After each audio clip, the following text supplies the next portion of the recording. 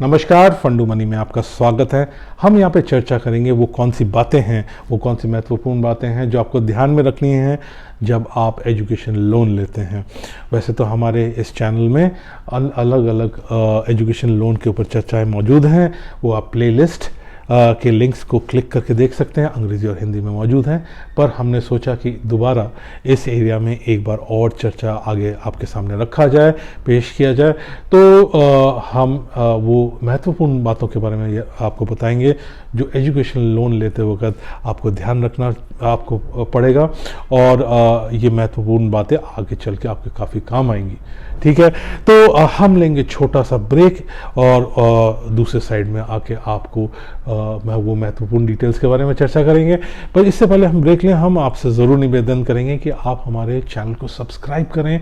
हमारे प्लेलिस्ट को में जो अलग अलग प्रस्तुतियां हैं, एजुकेशन लोन और दूसरे लोन्स, इसके अलावा इन्वेस्टमेंट्स के और इंश्योरेंस के जो प्रस्तुतियां हैं, उनको ज़रूर उनका फ़ायदा उठाएं और हमारे चैनल को सब्सक्राइब करें और हमारे अलग अलग प्रस्तुतियों को लाइक करें। जुड़ जाएं हमारे साथ सारे लीडिंग सोशल मीडिया नेटवर्क्स पे। तो दूसरे साइड में हम वापस आते हैं चर्चा लेके, वो कौन सी बातें हैं जो आपको ध्यान में रखनी है जब आप एजुकेशन लोन लेते हैं। कहीं मत जाइएगा।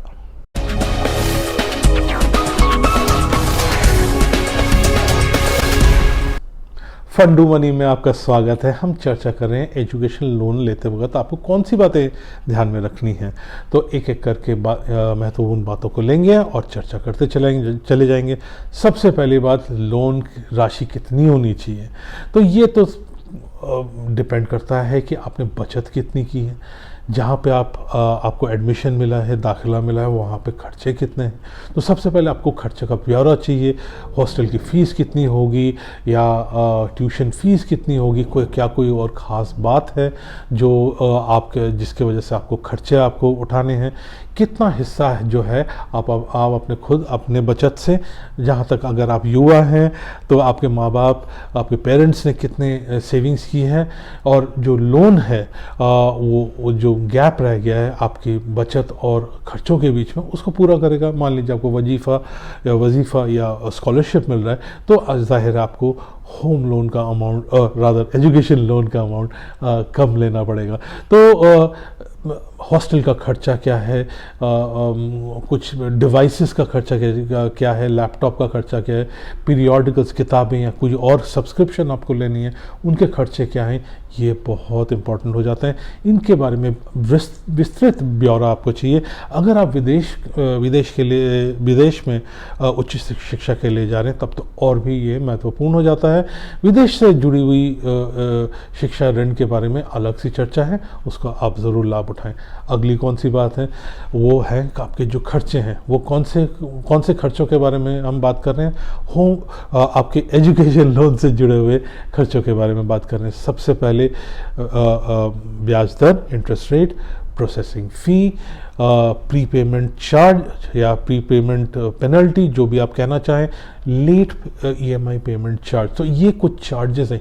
क्या खर्चे होंगे अगर आपको एक लोन जो अगर मिल रहा है, उसके लिए आपको देना क्या पड़ेगा, ये जानना ज़रूरी है। याद रखें, ये आपकी पढ़ाई जब ख़त्म हो जाएगी, कोर्स ख़त्म हो जाएगी, उसके बाद अगर आपको नौकरी मिलती है, उसके 6 महीने के अंदर या 1 साल के मॉरेटोरियम के बाद टिपिकली ये कंडीशंस होते हैं, उसके बाद आपको रीपेमेंट चालू करना है। तो आपको देखना पड़ेगा कि आप ये जो लोन का बोझ है और EMI का बोझ है, वो आप उठा पाएंगे कि नहीं। तो इसलिए इम्पॉर्टेंट हो जाता है। EMI का बोझ क्या डिटर्मिन करता है, वो आपके इंटरेस्ट रेट से आपको पता चलेगा। तो लोन का अलग अलग स्लैब्स होते हैं, अलग अलग कैटेगरीज होते हैं लोन की राशि के हिसाब से। उस हिसाब से इंटरेस्ट रेट चार्ज होता है। हो सकता है 4 लाख हो सकता है 7.5 लाख हो। उनके हिसाब से आपको इंटरेस्ट रेट लगेगा। 7.5 से मान लीजिए 15 लाख या 7.5 से 20 लाख तक एक इंटरेस्ट रेट होगा, उसके नीचे एक इंटरेस्ट रेट होगा। तो आप देखें कि वो स्लैब क्या है, जो आपका अमाउंट है उस हिसाब से आपको लगेगा। और कई बार तो ये दूसरे बेंचमार्क लेंडिंग रेट्स के साथ जुड़े होते हैं, तो आपको देखना पड़ेगा इफेक्टिवली रेट कितना बन रहा है। तो ये तो रहे कुछ बातें हैं। तो ये इस वक्त अमूमन आपको 10.5 10 साढ़े 10 के आसपास सरकारी बैंकों में रेट आपको पाते हुआ आपको मिलता हुआ नज़र आएगा। हो सकता है कुछ केसेस में कम हो, वो कब होगा? अगर मान लीजिए मेरिटोरियस स्टूडेंट है, आप काफ़ी बढ़िया विद्यार्थी हैं, आपको आपने नए कीर्तिमान स्थापित किए हैं, आपको रिकग्निशन मिली है, अवार्ड्स मिले हैं, तो हो सकता है उसके वजह से बैंक में कुछ स्कीम हो जिसकी वजह से आपको इंटरेस्ट रेट कम ऑफर किया जाए। कन्याएं जो हैं, लड़कियां जो हैं, महिला विद्यार्थी हैं, उनको कम रेट ऑफ इंटरेस्ट मिल सकता है। खास स्कीम्स के लिए कम रेट ऑफ इंटरेस्ट मिल सकता है। खास किस्म के कोर्स के लिए अलग इंटरेस्ट रेट चार्ज किया जा सकता है। वोकेशनल और नॉन वोकेशनल के लिए अलग हो सकता है। ये आपको देखना पड़ेगा कि कहीं आपका जो कोर्स है वो इसके लिए क्वालिफाई तो नहीं करता है। प्राइवेट बैंक जो हैं, प्राइवेट सेक्टर बैंक्स हैं, उनके आप पाएंगे उनके इंटरेस्ट रेट ज़्यादा होने के चांसेस अधिक हैं, और पर उनका जो लोन अमाउंट है वो आप पाएंगे ज़्यादा है। ज़्यादातर केसेस में आप पाएंगे 10 से 20 लाख के बीच में भारत के अंदर उच्च शिक्षा के लिए सरकारी बैंक आपको लोन मिलना आपको मुश्किल नहीं होना चाहिए। ये कोर्स के ऊपर, जैसे हमने कहा, ये डिपेंड करता है वो कोर्स क्वालिफाई करता है कि नहीं। भारत में जो बहुत ही आला इंस्टीट्यूशंस हैं, संस्थान है, जैसे IIT IIM, उसके लिए ज़्यादा लोन राशि दी जा सकती है। कुछ केसेस में कुछ ऐसे स्कीम्स हो सकते हैं, कुछ ऐसे लोन्स हो सकते हैं जहाँ पे ज़्यादा अमाउंट होगा, पर ज़्यादातर केस में जो बड़े अमाउंट हैं, लोन की राशि है, वो विदेशी शिक्षा के लिए आपको उपलब्ध कराया जाता है। जैसे कि हमने बताया, हमने अलग से इसके बारे में चर्चा की है। तो ये तो रही रेट ऑफ इंटरेस्ट के बारे में बात। प्रोसेसिंग फ़ी आपको देखना पड़ेगा। 1 से 2.5% लोन अमाउंट का ये प्रोसेसिंग फ़ी हो सकता है। तो जब आपका लोन अमाउंट ज़्यादा है तो आपको देखना पड़ेगा कहाँ आपको प्रोसेसिंग फ़ी कम लग रहा है। दूसरा है प्री पेमेंट चार्ज या प्री पेमेंट पेनल्टी ज़्यादा नहीं होनी चाहिए। मान लीजिए आप एक अच्छे संस्थान में जा रहे हैं पढ़ने के लिए, उसके बाद आप जानते हैं आपको नौकरी अच्छी मिल जाएगी, तो आप चाहेंगे कि लोन को आप जल्दी रिटायर करें। तो ऐसा ना हो कि आपको लोन जल्दी चुकाने के चक्कर में आपको ज़्यादा प्री पेमेंट पेनल्टी देनी पड़ी। तो इसको भी आपको पिक्चर में रखना है। दूसरा है लेट पेमेंट चार्ज। मान लीजिए आप EMI मिस कर जाते हैं या कुछ और हो जाता है, लेट हो जाते हैं, तो उसके वजह से लेट पेमेंट चार्ज जो है आपको देखना पड़ेगा, इसका ख्याल रखना पड़ेगा। इसके अलावा जो थर्ड पॉइंट है जो इम्पोर्टेंट है, एजुकेशन लोन में आपको वक्त लग सकता है। वो क्यों? क्योंकि जो जिस संस्थान में आप जा रहे हैं, वित्तीय संस्थान जो आपको एजुकेशन लोन दे रही है, उसको शायद वो उनके लिस्ट में, उनके जो डेटाबेस में ना हो। अगर हो तो वो कोर्स के बारे में उनको शायद मालूम ना हो, तो उनको मूल्यांकन करना पड़ेगा। वो बेसिकली देखना चाहेंगे कि आप अगर ये कोर्स करते हैं तो जो लोन देने पर लोन आप चुका पाएंगे कि नहीं, इसलिए वक्त लग सकता है। तो इसलिए एजुकेशन लोन अगर जब आप लेने जाएं तो हाथ में कुछ हफ्ते होने बहुत ज़रूरी है। आप वित्तीय संस्थान पर चाहे जितनी मर्जी दबाव डाल दें, वो उनको थोड़ा सा वक्त तो लगेगा ही। तो ये ख्याल आपको रखना पड़ेगा। और अगर उनके डेटाबेस में हैं, कई ज़्यादातर प्रेस्टीजियस इंस्टीट्यूशन जो है उनके डेटाबेस में होता है, वहाँ पे ये दिक्कत आपको आएगी नहीं। सब उसके अलावा, जैसे कि हमने कहा, आपको ये चेक करना पड़ेगा जो कोर्स आप करने जा रहे हैं वो उस एजुकेशन लोन के लिए कवर होता है कि नहीं। ज़्यादातर केस में आप पाएंगे कि बैंक्स या फाइनेंशियल इंस्टीट्यूशंस उन कोर्सेज को कवर करते हैं, उनको सपोर्ट करते हैं जिसके बाद आपको नौकरी मिलनी बिल्कुल तय है, और जिससे आप उनको लोन चुकाने में, लोन को रीपे करने में आपको कोई दिक्कत नहीं हो, और उनको लोन देने में वो कोई ख़तरा ना हो।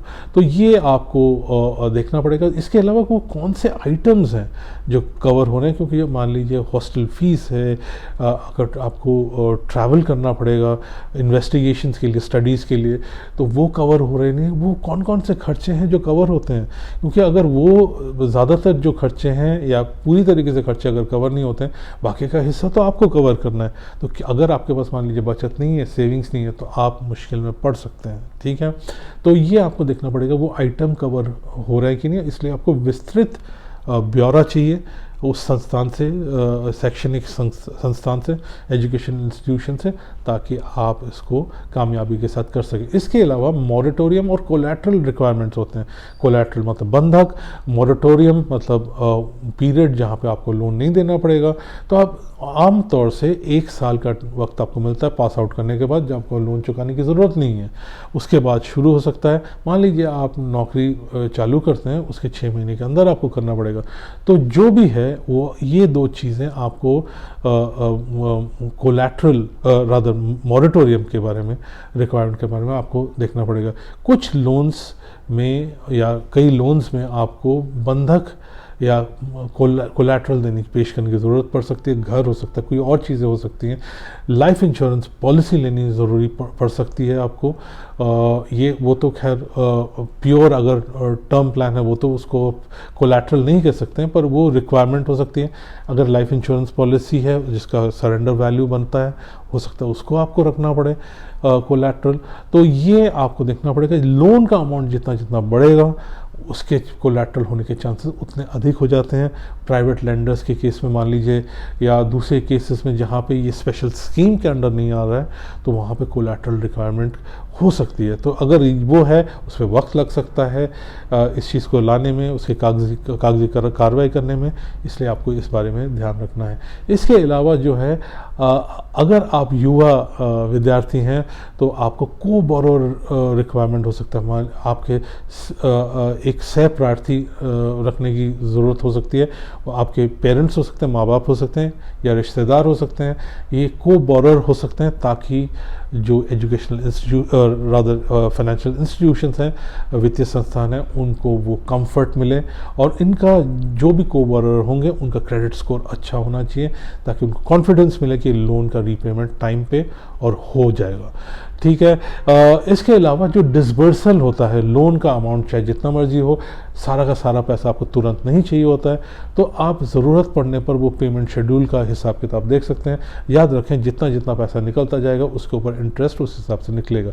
डिसबर्सल के ऊपर इंटरेस्ट लगता है, वो उस हिसाब से आप डिसबर्सल की एक स्ट्रैटेजी रख सकते हैं, एक प्लान रख सकते हैं। इसके अलावा कागजी कार्रवाई के लिए जो डॉक्यूमेंट्स चाहिए, जो एविडेंस चाहिए, उसको आपको तैयार रखना ज़रूरी है। नहीं तो आपकी तरफ से अगर कमी हो गई तो लोन प्रोसेसिंग में डिले हो सकता है। फाइनली, एजुकेशन लोन में प्री अप्रूवल का हिसाब किताब भी हो सकता है। अगर मान लीजिए आप एक फॉरेन यूनिवर्सिटी में जा रहे हैं जहाँ पे आप फाइनेंशियल एड का भी हिसाब इम्पॉर्टेंट है, और आप देख रहे हैं कि कौन सा चुनेंगे, आप पक्का नहीं है, तो पहले से अगर आप एजुकेशन लोन प्री अप्रूवल ले लेते हैं और या उसकी सुविधा है, तो आपकी वो प्रोसेसिंग में फ़ायदा हो जाता है। ये टिपिकली विदेशों में उच्च शिक्षा के लिए काम आते हैं। तो ये कुछ बातें हमें लगी जो आपको ख्याल में रखनी है जब आप एजुकेशन लोन की तरफ ध्यान देते हैं। तो हमें उम्मीद है कि आपको ये चर्चा पसंद आई होगी। अगर पसंद आई है तो शेयर करें, लाइक करें और सब्सक्राइब करें हमारे चैनल को। और इसके अलावा बाकी जो हमारे एजुकेशन लोन से जुड़ी हुई चर्चाएं हैं वो प्लेलिस्ट में मौजूद है, अंग्रेज़ी और हिंदी दोनों में। इसके अलावा दूसरी चर्चाओं का भी फ़ायदा उठाएं। अगली प्रस्तुति का इंतज़ार करें। तब तक के लिए नमस्कार।